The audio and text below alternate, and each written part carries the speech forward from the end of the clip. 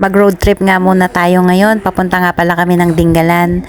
Gawa ng dumating nga si Papa A para sunduin kami. Pupunta na nga lang muna kami ng Dingalan para naman makapaglibot kahit saglit lang. Bago nga kami umuwi, mamamasyal na nga muna kami. Total, nandito na nga lang din kami at malapit na. Ite-take na namin tong opportunity na to para naman makapaglibot. Madalang nga lang din kasi kami makapag-outing sa ganito. Kaya nga naman susulitin na namin tong pagkakataon na to.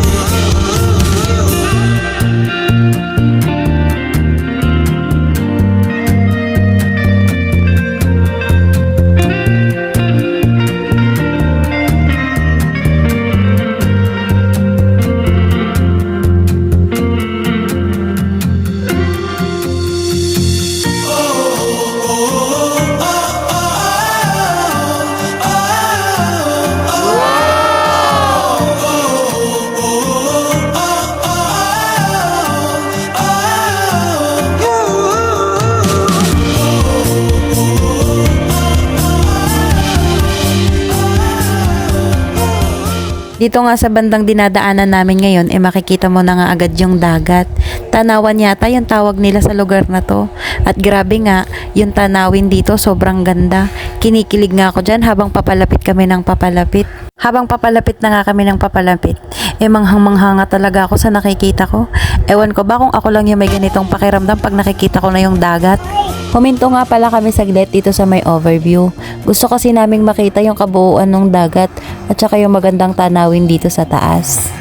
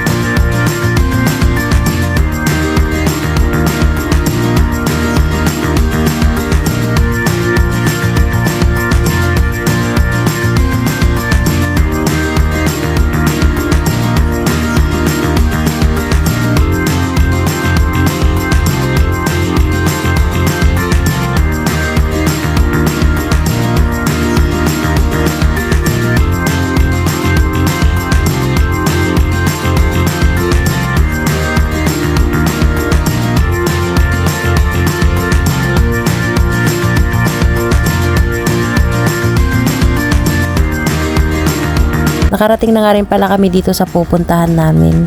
Grabe yung layo nga pala at ang tarik ng dinaanan namin, pero worth it naman yung tanawin.